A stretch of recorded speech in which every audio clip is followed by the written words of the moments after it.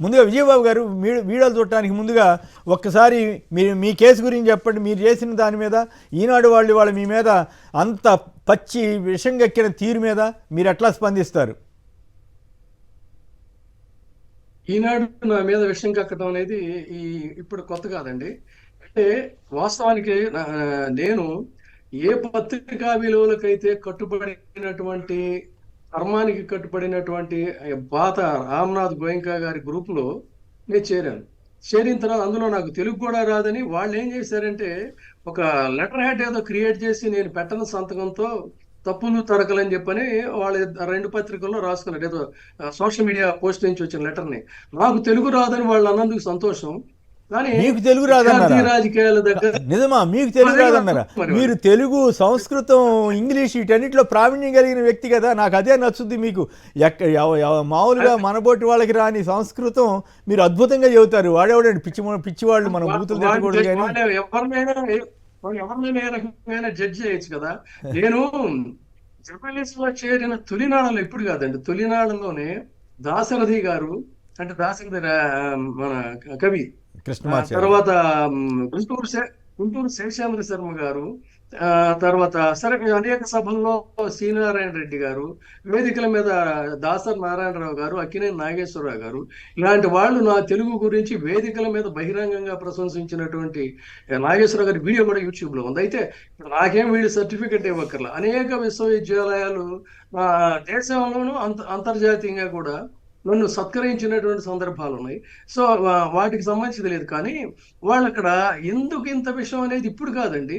నా బాధ ఏంటంటే ఆర్టీఐ కమిషనర్ గా నేను జర్నలిజంలో సత్యనిష్టతో అంచెలంచెలుగా పైకి వచ్చిన తర్వాత యునానిమస్ గా నన్ను ఆర్టీఐ కమిషనర్ గా ఏకగ్రీవంగా ఎన్నిక చేస్తే, నేను ఆర్టీఐ కమిషనర్ ఉన్నప్పుడు కూడా కుక్కుడు స్టోరీస్ చట్టాలకు అతీతంగా నా మీద అనేక సందర్భాలు ఈనాడు విషయం కక్కింది. అంటే వాళ్ళ ఉద్దేశం ఏంటంటే ఒక కింది స్థాయిలో కష్టపడి వచ్చినటువంటి వాళ్ళ భావజాలానికి వ్యతిరేకంగా ఉన్నటువంటి వాళ్ళు ఎవరు కూడా ఉన్నత స్థాయిలో ఉండకూడదు అనేటువంటిదే కక్ష.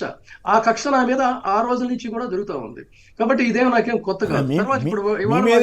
రామోజీరావు పద్మవిభూషణ్ ఇచ్చిన మోడీ గారి మీద ఇప్పుడు బురద పడద్దని తెలిసి కూడా అదానీ పేరు మీదో జగన్ పేరు మీదో పచ్చి అబద్ధాలు రాసేస్తున్నారు కదా. ఇప్పుడు మోడీ గారికి ఇప్పుడు ఈనాడు వాళ్ళు బురద రత్నాలు ఇస్తారేమో. ఎందుకంటే కాంగ్రెస్ వాళ్ళు చేసిన ఆరోపణలకి వీళ్ళు మద్దతు ఇస్తూ రాస్తున్నారు. చంద్రబాబు గారు కూడా దాన్నే ప్రచారం చేస్తున్నారు. మరి బీజేపీ వాళ్ళు, ఏపీ బీజేపీ వాళ్ళు, ఇంకా తెలంగాణ బీజేపీ నాయకులన్నా కాంగ్రెస్ని ఖండించారు, కానీ ఏపీ బీజేపీ వాళ్ళు చంద్రబాబు గారికి మద్దతుగా మాట్లాడుతున్నారు. అదొక తమాషాగా ఉంది.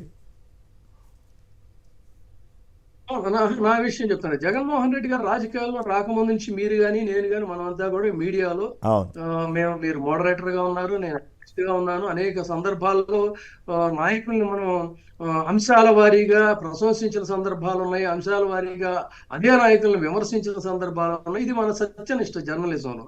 అయితే ఈ వీళ్ళకేంటంటే సార్ చుట్టూ వైసీపీ నాయకుడిలాగా అన్నారు. అది కాదండి. నేను విద్యార్థి ఉద్యమాల నేపథ్యం నుంచి వచ్చిన నేనేంటంటే అధోజగత్ సహోదరుల మీద నాకు మొదటి నుంచి ఒక కథనం ఉంది. ఆడపిల్లల మీద ప్రత్యేకమైనటువంటి అణగారినటువంటి వాళ్ళ మీద దౌష్ట్యాలు దౌర్జన్యాల మీద వందలాది ఆర్టికల్స్ రాశాను నేను. అయితే ఇక్కడ జగన్మోహన్ రెడ్డి గారు, నేను ఇంకొకటండి, దక్షిణ భారతదేశంలో ఒకే ఒక జర్నలిస్ట్ గా యూరప్ యూనియన్ ఆహ్వానం మీదకి దేశం నుంచి 5గురు జర్నలిస్టులు వెళ్తే దక్షిణ భారతదేశం నుంచి ఆహ్వానం అందుకున్న జర్నలిస్టుని నేను. అంతేకాకుండా మదర్ తెరీసాని ప్రత్యేకంగా ఇంటర్వ్యూ చేసినటువంటి జర్నలిస్ట్ అండి నేను.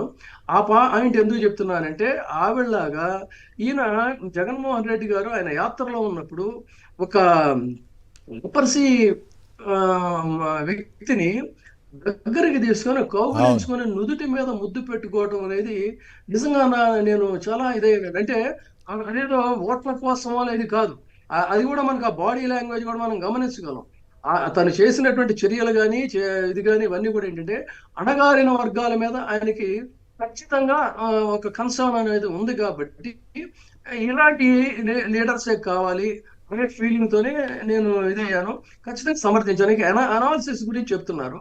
అనాలిసిస్ గురించి నా బట్టోళ్ళు మీ బట్టోళ్ళు మనం కొద్దిమంది ఇటు జగన్మోహన్ రెడ్డి గారి భావజాలానికి మనం ఇదిగా మాట్లాడుతుంది. కానీ ఎంతమంది అండి మీరు రోజు ఎన్ని దుర్మార్గాలు, ఎన్ని దుష్ప్రచారాలు భాష గురించి మీరు నాకు చెప్తే అలాగా భాష గురించి మహా పండితులు అనేక వేదికల మీద నన్ను ఇది చేస్తే మీ సర్టిఫికేట్ నాకు అక్కర్లేదు, నాకు రాదనుకోండి.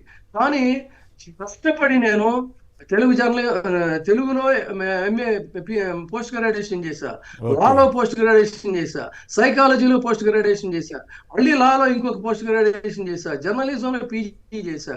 కష్టపడి అంచెలంచెలుగా మీ మా మిసెస్ కూడా తల్లి గారి, చేసినారు కదా, తండ్రి గారి యొక్క మీ మిసెస్ కూడా అదే రకంగా ఆశీస్సులు చేశారు కదా, మీ మిసెస్ కూడా అలాగే చేశారు కదా, అనేక డిగ్రీలు నా వైఫ్ కి 14 పీజీలు అండి.